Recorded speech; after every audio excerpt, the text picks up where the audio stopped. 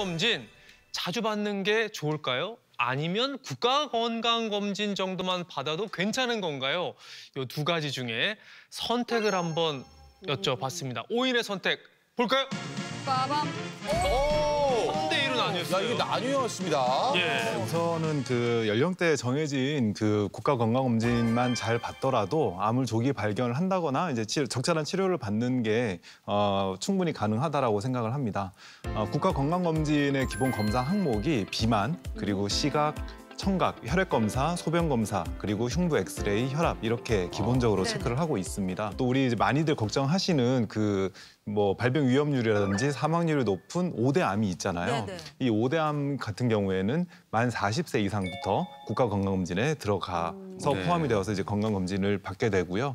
이처럼 이제 그 국가에서 진행하는 건강검진을 최소한 잘 받으신다고 하면 뭐 병을 조기에 발견을 하고 또 너무 늦기 전에 치료를 할 수 있는 이런 기회들은 충분히 제공이 된다라고 생각을 합니다. 그러니까 지금 내가 특별히 아픈 곳이 없다면은 국가 건강검진만으로도 충분히 나의 질병을 예방할 수 있다. 뭐 이런 말씀이신데 반대로 지금 건강검진센터에서 실제로 근무하고 계시는 한지민 선생님은 좀 다른 이야기를 해주셨어요. 좀 자주 받는 게 좋다고요? 물론 이제 국가 건강검진은 꼭 필수로 꼭 받아야 합니다. 근데 이제 가족들 중에서 심혈관 질환이나 뇌혈관 질환 혹은 암이나 이런 가족력이 있으신 분들 있잖아요. 그러면 그런 분들은 거기에 관계된 좀 상세한 검사를 받는 것도 저는 추천을 합니다.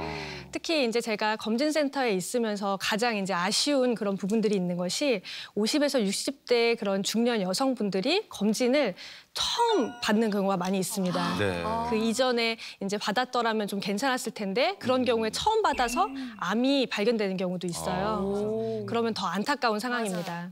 그래서 특히나 암에 관계된 거라면 좀 더 검진을 자주 받으시는 것을 추천합니다. 저는 국가건강검진을 일단은 매년 받고요. 거기에다가 더 추가하는 게 뭐냐면 제가 갑상선 암 수술했다 그랬잖아요. 그래서 갑상선, 유방, 자궁 검진을 6개월에 한 번씩 받고 있거든요. 이거는 병원에서 그냥 아예 그냥 6개월에 한 번씩은 꼭 와라. 이래서 제가 꼭 받고 있거든요. 근데 한 가지 걱정이 생긴 게 있어요. 제가 고지혈증 약을 이제 먹기 시작을 하니까 이런 분들도 그러면은 검사를 자주 받아야 되나요? 고지혈증을 비롯해서 이제 고혈압이나 당뇨, 비만 등의 증상들은요.